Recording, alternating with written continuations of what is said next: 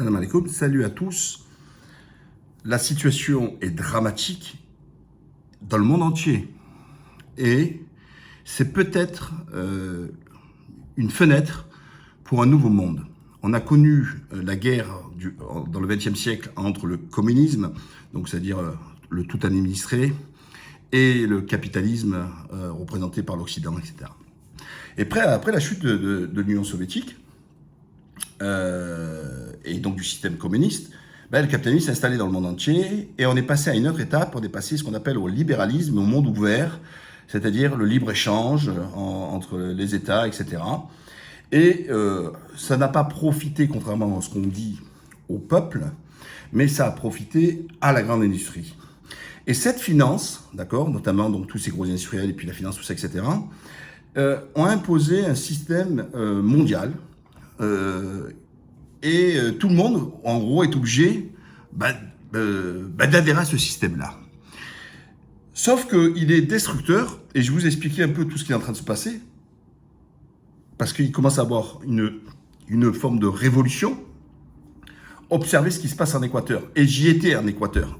Et je l'avais vu. Il n'y a pas que l'Équateur qui est dans cette situation. Qu'est-ce qui se passe en Équateur? Les autochtones, les nativos, comme on dit, les natifs, je vous en avais déjà parlé, les Indiens, tout ça, etc., ils crevent la dalle.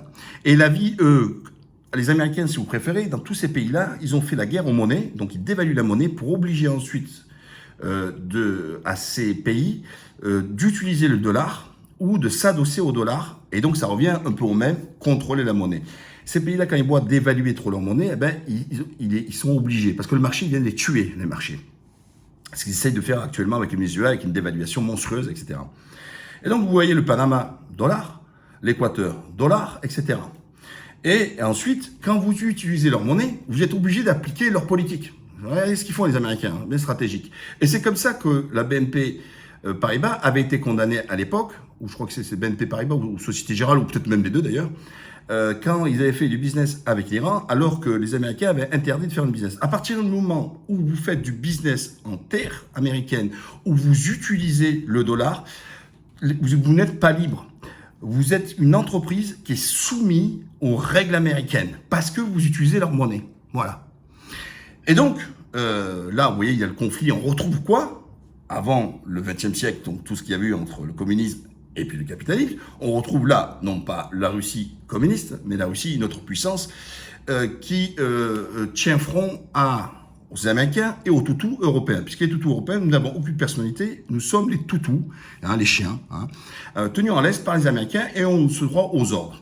Parce que, notamment, il n'y a pas d'Europe de la défense, tous ces pays-là n'ont pas de forces d'armée conséquentes, et donc viennent s'adosser aux grands frères de l'OTAN, ou papa, est-ce que tu peux me protéger, etc. Ça leur coûte moins cher, et puis surtout, ils s'assurent leur sécurité. Vous voyez, tout ça, c'est un même cercle.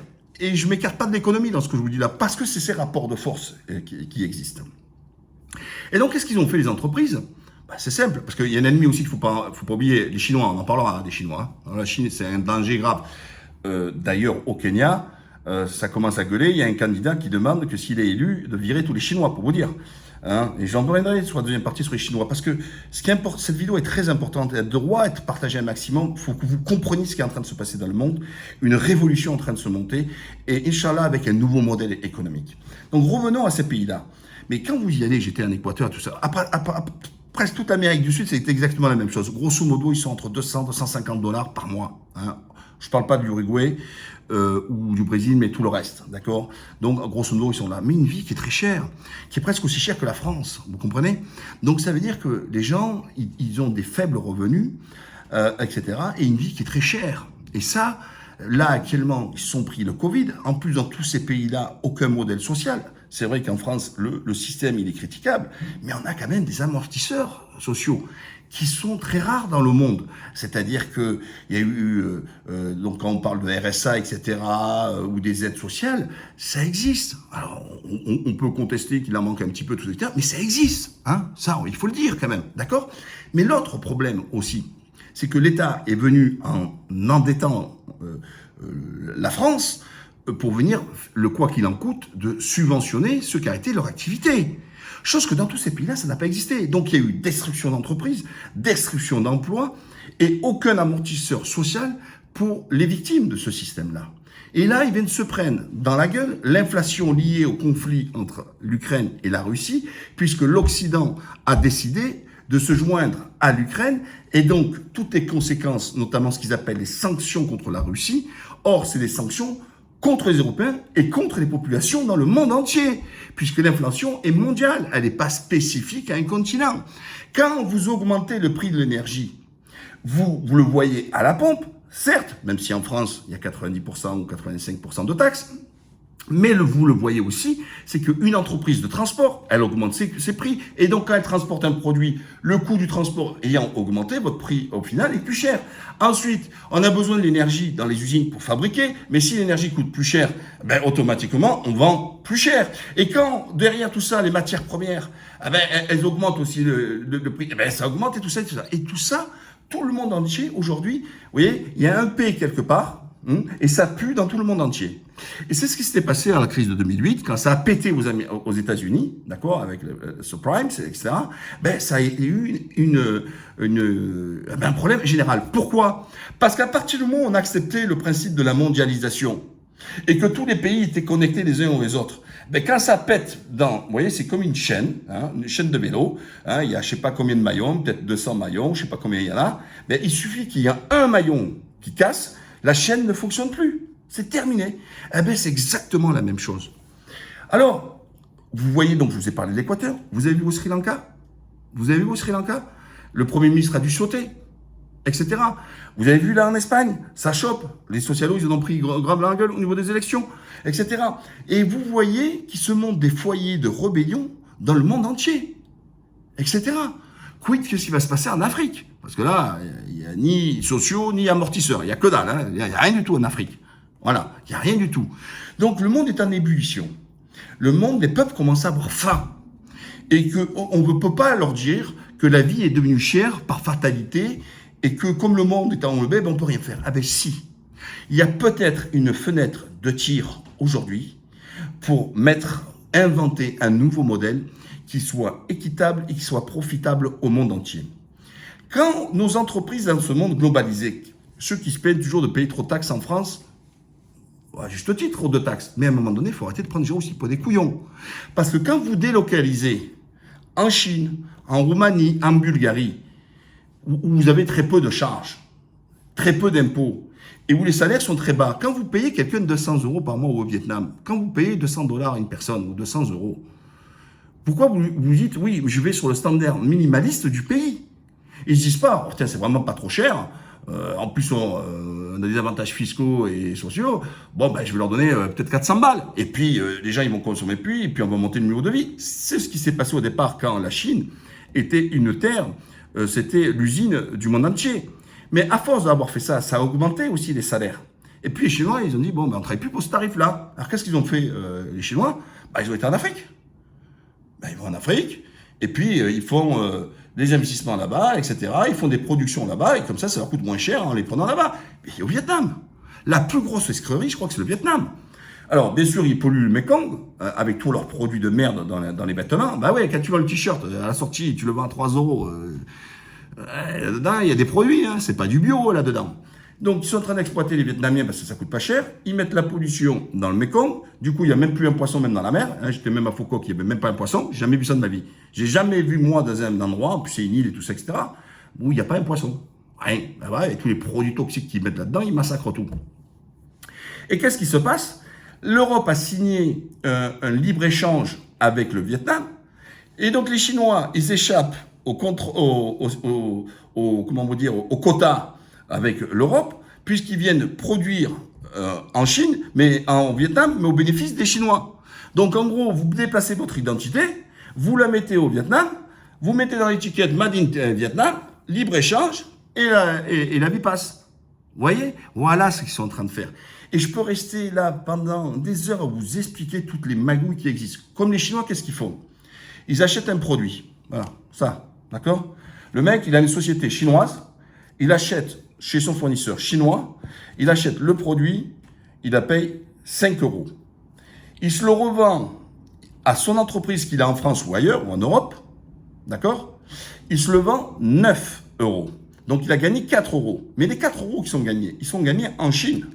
Ils ne sont pas gagnés en Europe, donc pas d'impôts, pas de taxes, mais que dalle. D'accord? Et en France, ils vont te le vendre 10. Donc la marge de bénéfice, elle a été faite en Chine et le pognon est resté en Chine. Et le petit bénéfice de Rikiki, mon kiki, c'est en France ou en Europe où ils seront un peu taxés. Voilà. Et je peux continuer des heures comme ça à vous expliquer. Alors, qu'est-ce qui est en train de se passer? Les peuples ont faim et il n'y a pas pire que quand les gens ont faim. Et ça bouge, je viens de vous citer les pays, ça bouge un peu de partout dans le monde. Et sans tomber dans Madame Mirza, sans tomber dans Madame Soleil, je peux vous prédire qu'entre les 6 mois et maximum 1 an et demi, ça va être une bombe catastrophique dans le monde entier.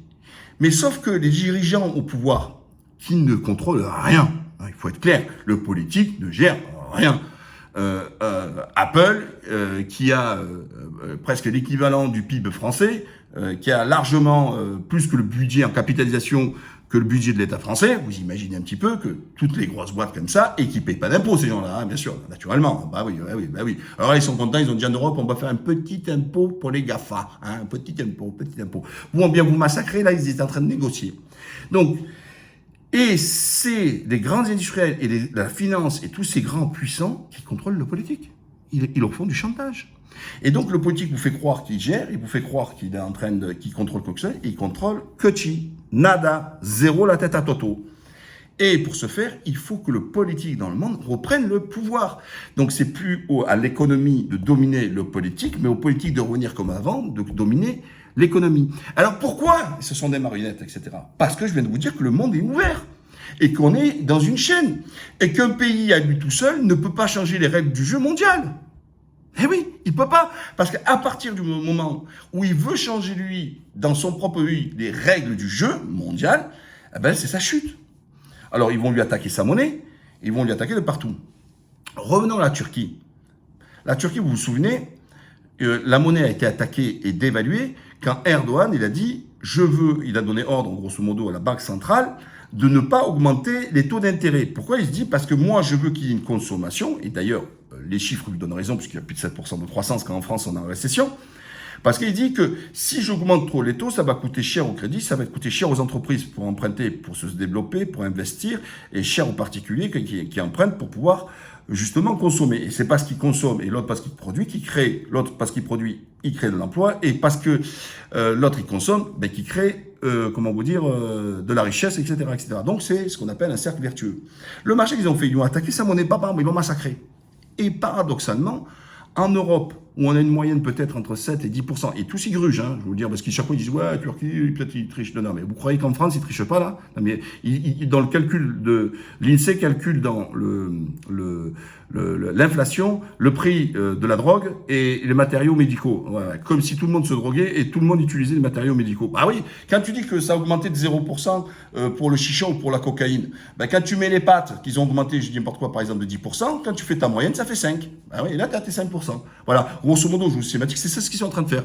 Donc, parce qu'ils ne prennent pas ce qu'on appelle le panier de la ménagère, c'est-à-dire ce qu'on utilise au quotidien, que ce soit au niveau de l'énergie ou de l'alimentation ou des produits de nécessité, papier toilette ou ce que vous voulez, ou papier ou sopalin ou ce que vous voulez, etc.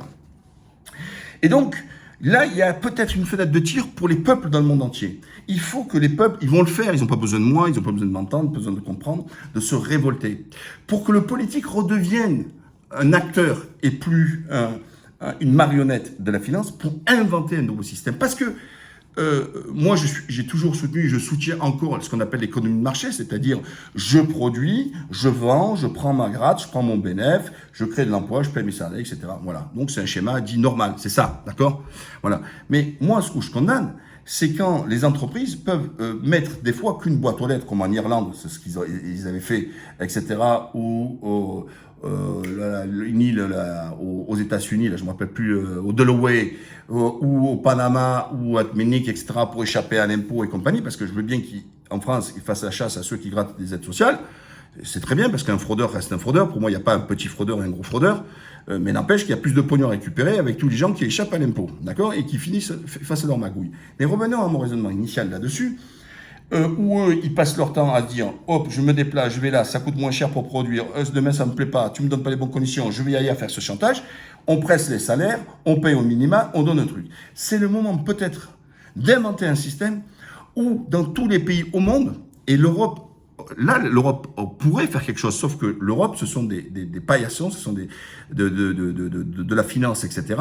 Et avant j'étais moi un fort défenseur de l'Europe, mais pas celle qui est devenue aujourd'hui la défense de la finance et la défense de l'industrie au détriment des petites et moyennes entreprises et des particuliers. De se dire, voilà, maintenant tu rentres pas sur mon territoire, aucun produit rentre sur mon territoire européen, déjà il faut l'appliquer en sein de l'Europe. S'il n'y a pas une couverture médicale pour les citoyens, donc, et vous croyez que dans beaucoup de pays, ils n'ont rien du tout sur le plan médical, c'est une horreur, qu'ils n'ont pas donné, qu'ils n'ont pas sous contrôle un minimum de niveau dans le système scolaire pour permettre à un enfant de pauvre de pouvoir sortir de sa condition sociale et en travaillant pouvoir changer sa situation sociale et pas répétitif qu'un enfant d'ouvrier reste un enfant d'ouvrier et que ceux qui ont de l'argent mettent leurs enfants dans le privé et c'est une case qui se répète, etc., etc. Donc, santé, éducation et bien sûr, mettre un standard financier qui doit être calculé par rapport au coût de la vie du pays. On ne peut pas se retrouver avec des gens qui touchent 250 $ quand il faut 500 ou 600 $ pour pouvoir vivre dans un pays. Voilà. Et tout ça, c'est ça. Moi, je pense que le choix. Et l'Europe pourrait le faire. Sauf que l'Europe, en acceptant de se dire, la Chine, d'accord, va faire notre travail d'usine, on n'a plus de pièces électroniques et donc plusieurs fabricants, ben, ils sont en stand-by parce qu'ils n'arrivent pas à avoir du matériel électronique pour pouvoir produire. Voilà. Et du coup, qu'est-ce qu'il y a? Reliquat, les voitures neuves, ils ont augmenté les prix parce que les matières premières ont augmenté et les voitures d'occasion ont augmenté parce qu'il n'y a pas assez de neufs. Voyez, hop, le cercle qui n'est pas vertueux, justement. C'est un cercle de l'arnaque. Voilà. Et donc, si on n'est pas capable aussi de fabriquer des masques en Europe, etc., il faut peut-être, dans ces pays intra-européens qui sont très pauvres, comme la Roumanie, la Bulgarie, etc., redévelopper un peu plus d'industrie, augmenter bien sûr les salaires, d'accord, on ne sera jamais au niveau du standard de la France, etc., et payer les gens au juste prix, et arrêter de les payer au ras des pâquerettes, voilà. Et eux, ils vont augmenter leurs standards. Voilà. Le but, c'est pas profiter, parce qu'ils viennent dans ces pays pour profiter d'une main-d'œuvre qui est pas chère, non pas pour leur donner un peu plus et bien vivre, mais pour pouvoir exploiter et rester au minimum. Que le minimum reste au minimum. Enfin, qui surtout reste le maximum, pardon. Voilà, que le minimum reste le maximum. Voilà. Hein. Ils viennent pas avec un esprit en disant, on va créer une dynamique, en augmentant les salaires, nous, le privé. On attend, l'État nous... Alors, dans certains pays, il n'y a même pas du tout de minimum légal de paiement, hein, c'est libre arbitre, chacun fait ce qu'il veut, hein, donc tout ça il faut le changer, d'accord, il faut imposer que les entreprises donnent un minimum, et puis voilà, et puis dire, oh, il y a un marché qui est comme ça, et puis voilà, hein, et puis ceux qui sont pas contents peuvent se barrer, peuvent aller dans d'autres pays, et c'est comme ça qu'on a aussi une immigration intra-européenne, où des gens de l'Est viennent plus dans les pays de l'Ouest pour gagner plus d'argent, etc. Voilà ce que je connais à vous dire.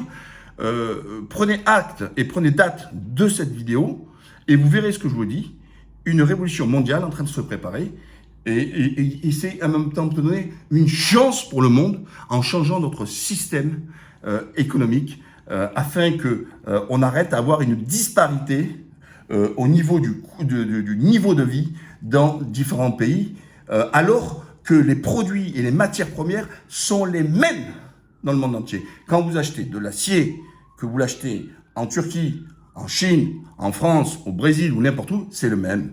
Quand vous achetez le ciment, quand vous achetez l'aluminium, quand vous achetez tout ça, c'est des produits qui sont mondialisés. Mondialisés. Oui, tout à l'heure, j'ai oublié de finir sur l'histoire de l'Europe. On voit bien qu'on a une inflation à 7, à 10% dans certains pays, et on a une banque centrale qui met des taux d'intérêt à 2%.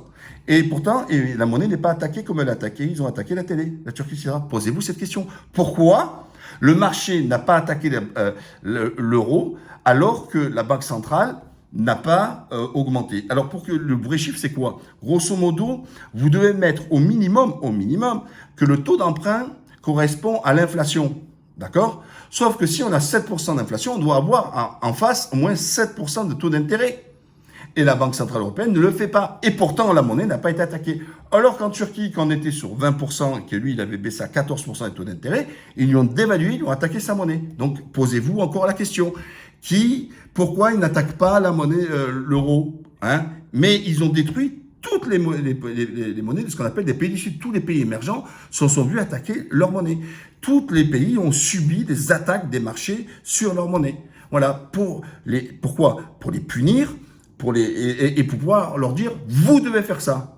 Et voilà. Et donc après, c'est pas les peuples qui choisissent leurs élus, c'est la finance qui choisit ses marionnettes. Voilà, tout simplement. Et quand vous prenez une claque là-dessus dans ces pays, qu'est-ce qui se passe? Ben, les peuples ne sont pas contents parce qu'ils trouvent qu'ils ont la vie chère, les impôts chers, etc.